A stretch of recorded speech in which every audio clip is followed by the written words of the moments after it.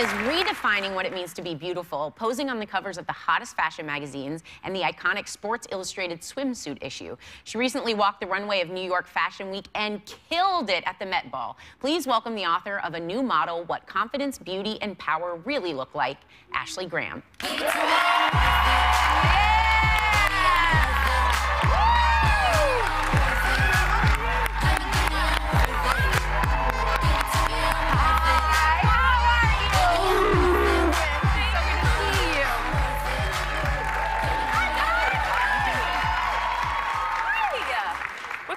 Ladies. Hello. Everybody's in like nice bright colors. Yes. This is perfect. I liked your jam on the way out, by the way. Yeah. Work it. Yeah. But you're known for your sex appeal and inspire your 4 million Instagram followers. Yes. Were you always this confident? No, that's why I had to write about it. Look, my mother had raised a confident woman, but I was put into an industry that made me very unconfident. And I talk about being a model in the actual fashion industry and how it makes you feel even uglier. And because you're being picked apart, manipulated, and controlled by others who don't understand your body. And there's also been this stereotype of what perfection is for so long that I just had to come and say, well, this is my cellulite, this is my back fat, and none of it's gonna change. And you know we all have it, so. Yeah. But you also have come down on the term, which I fully agree with you, the whole term plus size. Yeah, isn't it just so ridiculous? It doesn't, it actually, I feel like plus size includes the average woman. Like the size is really... No, okay, so the average size American woman is a 14. And so that means that the majority of this room is considered plus size. And I don't feel that we need to put a category on women because of a number inside of their pants. I just don't think that it's fair. We don't do it to men. No. So, so I'm just trying to get rid of it. Yeah, I like it. Yeah. Banning it. Yeah. Well, from one curvy girl to another, what I thought was interesting is that you posted, right? Little curvy. You let us know where they were, Sonny, just in case we missed it. Let me pick mine up just so I say, you know, here's mine right here. Hey, just put it back. Little curvy, but you posted a picture that showed cellulite. You see that? I have and those I mean, dimples. how were you able to do that? Because we all have it. We do. But most of us are not willing to show it. I had no idea the revolution that cellulite photo was going to be. Because you look at your own cellulite every day, right? And it's just like, it's there, whatever. And one of the things I talk about, every single chapter of my book starts with affirmations. So I've talked to that cellulite many a day. And I've said, cellulite, you're there, and I'm going to choose to love you today. So I took the photo. I was in the Philippines with my hosting Miss Universe, and I was like, I was sitting cross-legged, and then of course it just gets all jammed together, even tighter. It does that. And you're like, okay, hi, Cellulite City. And I just kind of went like this because I was going to do a full body, and it was just the cellulite, and I was like, I'm just going to post it. Who cares? Wow. Next thing you know, everybody's like, oh my God, cellulite! Yeah. And you mentioned that the average size of a woman is a 14. You're a 14. I'm a full-size 14. You're a full-size 14. Now, some critics are saying that you are promoting an unhealthy lifestyle. They want you to lose weight. But then you have other people saying, how dare you try to claim to be a plus-size woman because you're too small. Right.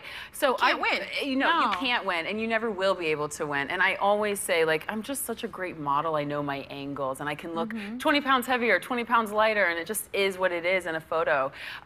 So you're never going to make anybody happy. It's just, it just is what it is. So just be happy with yourself. Just be happy. Well, one cover, you look amazing, was the Vogue diversity issue in March. Yes. Which there was a lot of talk. You were there with Kendall Jenner, Gigi Hadid. But the talk of that was that your hand... There's some other girls in the photo. There are Plus and Company. Yes, yes, amazing people. But you have your hand in a certain way, and a lot of people talked about that. Yours was on your thigh versus on your hip. And then there was like, Gigi's hand goes really long. It looks like it's long. What's the talk about? So I actually saw the or like it wasn't even really retouched at all. So it's like, okay, well, there's like the first thing, like go out, you know, take it out of the garbage. It's like, okay, it's not retouched. Second of all, Luann and Kendall both had their arms up, and I didn't want to look like them, so I put my hand down, and I was like, that was it? Because I wanted to be me, so I just put it down. Yeah, and that's it. And then people just had a thing. So the thing is, I'm amazed that I was even on the cover of Vogue. I mean, I'm the first curvy girl to ever, that Anna Wintour approved to be on the cover of Vogue. So can we talk about that? That's amazing. Right? And you guys all look beautiful. Thank you. Stunning. I was like, thank you, Anna. Yeah. Well, you write in the book about having the body of a 25-year-old woman as a young teen. I can so relate to that. Can you? Oh my gosh. Yeah, yeah. All this. Oh, I was carrying And this that. when I was Look at about that. 13. Yes. And it's difficult. The way men Yes. react to you. Yes. Men, Yeah. older men. And you spent years looking for validation for those curves from men. Now, it was astonishing. One boyfriend broke up with you because he thought you were going to become too fat. Yep. And another one was emotionally and physically abusive to you. Yes. How did you get out of that cycle? So, you know, it all kind of stems from not really having the relationship at home with my father that I should have, I think. And I talk very candidly about that in the book. And I never knew what a relationship with a man was supposed to be. So, of course, I'm insecure for my body. And I go out and I start looking for affirmations in all the wrong places. And men happen to be a very easy one, along with food. And I talk about that as well. And I think that women, I share the story because young girls and women need to know that you are not going to get love from sex. You are not going to get love from going and just saying, oh, like my body. Yeah. If you don't love the woman that you're looking at in front of the mirror, no man is going to be able to love you. And that's why I was in an abusive relationship, because I didn't love who I was. And I had to get out of that. And it was a very dark place in my life. But after that terrible boyfriend, I said, well, screw this. I'm not having sex till I'm married. And you and did I did it. it. And you did. I did it. And I write about that in the book, too. Yes, you did. Now, I also carried a great deal of body as a kid, but I was so odd-looking, people didn't respond to me sexually. They responded to me for humor. Really? Yes, and I didn't know I was funny at the time because they were laughing at, not with. Right, Okay. right. So, but you met your husband 6 years ago, Justin, at church, and decided not to have sex until you were married. I heard that. It's Oh, yes. Did I mention he's black? Yes, he's fine, right? Yeah. Yeah. Does somebody say- Did you I heard that.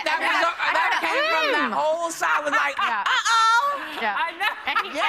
And he loves your curves. He Yes. loves my, you know, I'm the curviest girl he's ever dated, and he said he could never go back. Wow. Yes, but neither can you. I never did go back, honey. That's I right. never did. It's a two-way street. You're not going back, he's not going back, and life stays well. That works out well. So It a does. big thank you to Ashley Graham. Her new book, A New Model, is out now, and everyone in our audience is going home with a copy. We'll be right back.